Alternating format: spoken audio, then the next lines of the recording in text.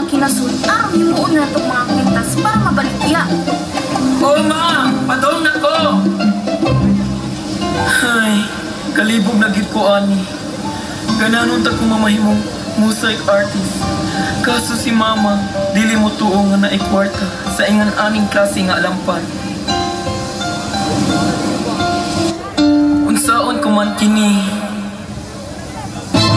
Ayaw libuga ang imong kagalingon.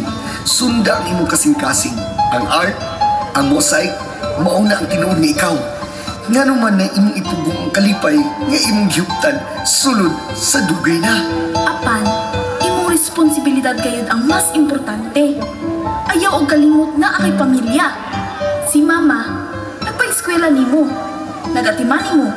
Unsaon na lang niya kung masakitan siya sa imong pagpili. Kung tinuod nga naa kay respeto, magpabilin ka sa kasaligan nga dalan.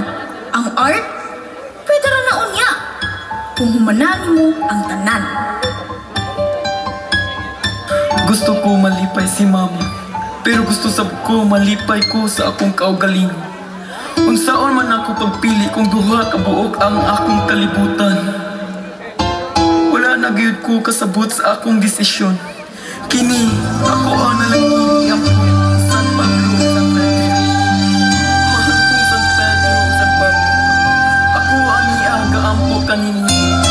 Tagihan ko ninyo sa akong mga desisyon para sa kaayuhan sa akong mama o sa akong kaugalingon.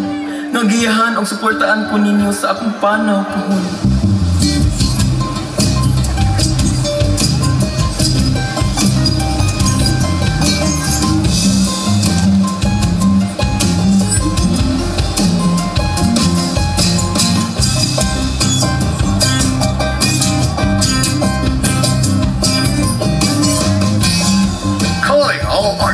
Aduna kita'y paigayon ng art exhibit ug ang mananaog ni ini mao'y makatagap-tap sa scholarship sa usa ka art school sa London.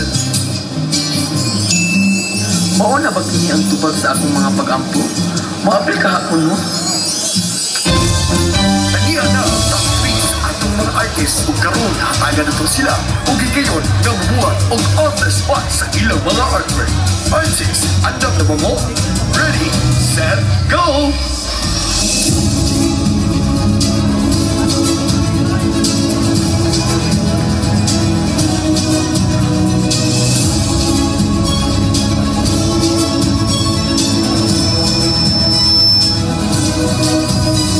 Time's up! Ug ang mananaog sa atong scholarship mao ang Seashell Mosaic Art ni Junjun. Dili gyud di ay angay ikontra ang passion ug responsibilidad kay kaya ra kaayong dunganon nako ang duha. Ma, salamat ma.